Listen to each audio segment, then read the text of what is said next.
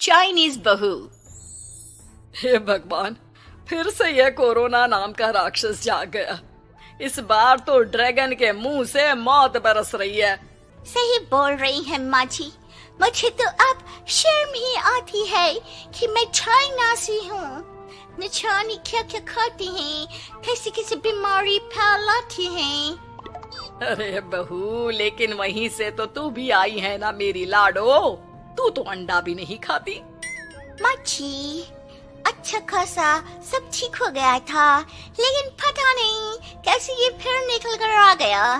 काश चाइना वालों को थोड़ी सी और अकल होती तो आज हम लोगों से अपने यूं जुदा ना हो रहे होते।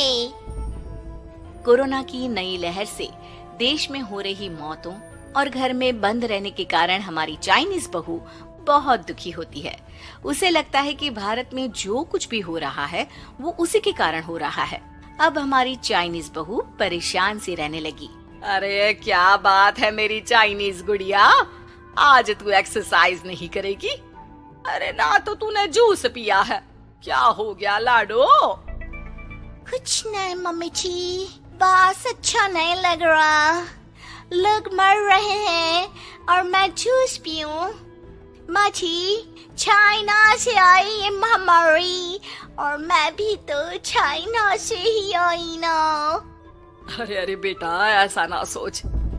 सास पूरी कोशिश करती कि वो चाइनीज बहू को समझाए कि इस बीमारी के लिए वो खुद को दोषी ना समझे, लेकिन माँ जी, मैं आज खाना नहीं खाऊंगी।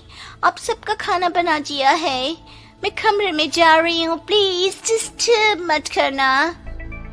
सास ने अपनी हंसती खेलती बहू का ये रूप तो कभी देखा नहीं था, लेकिन करती भी तो क्या।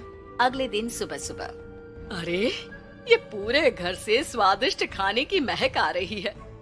ये कौन है जो चाय बनने के वक्त लंच बनाकर तैयार कर रहा है? वो किचन में आती है जहाँ चाइनीज बहू ने शुद्ध वैष्णव खाना तैयार कर रखा था। अरे बहू, सोई नहीं क्या जो इस वक्त इतने प्रकार का खाना बना लिया? हाँ हाँ माँ जी, क्या करे, जब दिल में बोझ हो तो नींद नहीं आती। तभी तो मैंने सोचा मैं गरीब और जरूरतमंद लोगों को खाना पहुँचा दूंगी।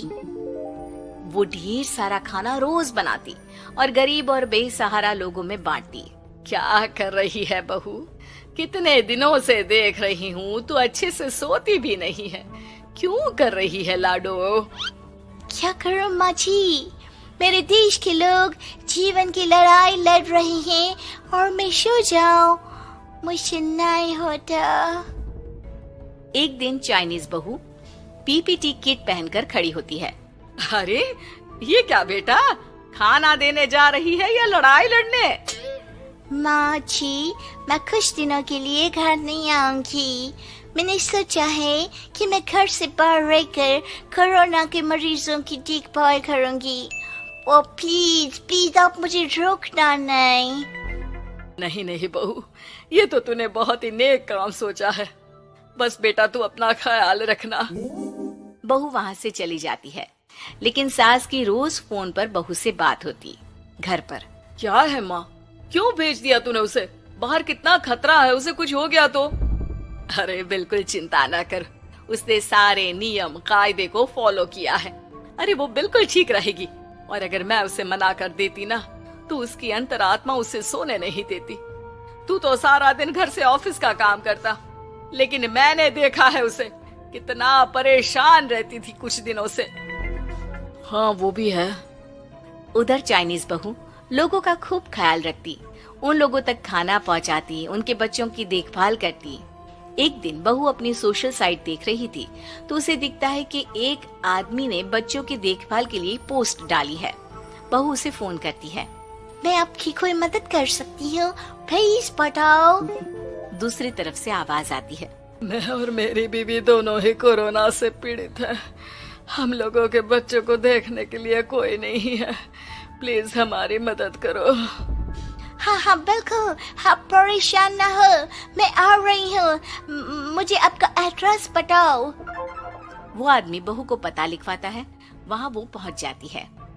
ओह, ये किसे बुला लिया आपने? ये तो चाइनीज है, इसी के कारण तो हम लोगों का देश इस परेशानी से जूझ रहा है। अरे पर ये तो हिंदी में बात कर रही थी। तभी बीवी की ऑक्सीजन लेवल गिरने लगती है। ये क्या हो रहा है?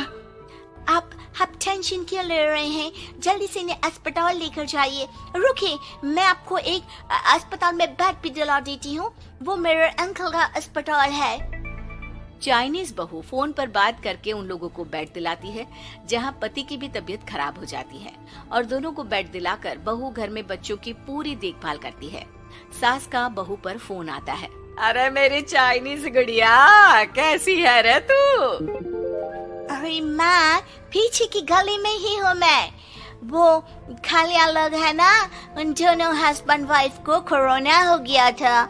मैंने उन लोगों को श्रीवास्तव अंकल के अस्पताल में भर्ती करवा दिया है और अब मैं मार्च ही उन दोनों बच्चों का ख्याल रख रही हूँ। अरे जीती रे बेटा, कोई जरूरत हो तो बता देना। नहीं माँ जी, सब कंट्रोल में है। बस इन बच्चों के माँ बाप ठीक होकर घर आ जाए। अच्छा माँ, इन लोगों के घर का फोन बज रहा है, मैं आपको थोड़ी देर बाद कॉल करती हूँ। लैंडलाइन में घर के मालिक का फोन था। हम लोगों की जिंदगी का कोई भरोसा नहीं है। यहाँ इलाज महंगा है और हम लोगों के पास पैसे नहीं है। जितना इलाज हो सकेगा उतना ही होगा। हमारे बाद प्लीज आप हमारे बच्चों को संभाल लेना। नहीं, ऐसे मत बोलिए, मैं अस्पताल वालों से बात करती हूँ। बहू अपनी बैंक से अस्पताल वालों को पैसे दे देती है और फोन पर कहती है, मैंने आप लोगों के अकाउंट में पैसे डाल दिए हैं। इन दोनों का अच्छे से इलाज होना चाहिए। पैसे की जरूरत होगी तो मैं और डाल दूंगी। सारा दिन बहू कोरोना पेशेंट के बच्चों को देखती, रात में ढेर सारा खाना पैक करके जरूरतमंदों में बांटती। सोशल साइट्स के जरिए भी वो लोगों से जुड़कर उनकी मदद करती। फिर एक दिन घर का मालिक और उसकी बीवी ठीक होकर घर आ जाते हैं। आपका बहुत बहुत शुक्रिया, मैं आपकी पाई लौटा दूंगा। भाई नहीं, पैसा दिया था, लेकिन वो जब आप बिल्कुल ठीक हो जाना तो क्षमा कर दे देना, कोई बात नहीं। दोनों पति पत्नी चाइनीज बहू का शुक्रिया अदा करते हैं। आप तो हम लोगों के लिए भगवान की तरह हैं। आपका बहुत बहुत शुक्रिया। चाइनीज बहू बहुत खुश हो जाती है। वो घर आकर सास को पूरी बात बताती है। देख मेरी चाइनीज गुड़िया, तुझे चाइना का होने पर अफसोस था ना, लेकिन तूने सच्चे दिल से लोगों की सेवा करके ये बता दिया कि बेटी कहीं की भी क्यों ना हो, ससुराल आकर वो ससुराल के रंग में ही रंग जाती है। अब तो तू मेरी भारतीय बहू है। हाँ।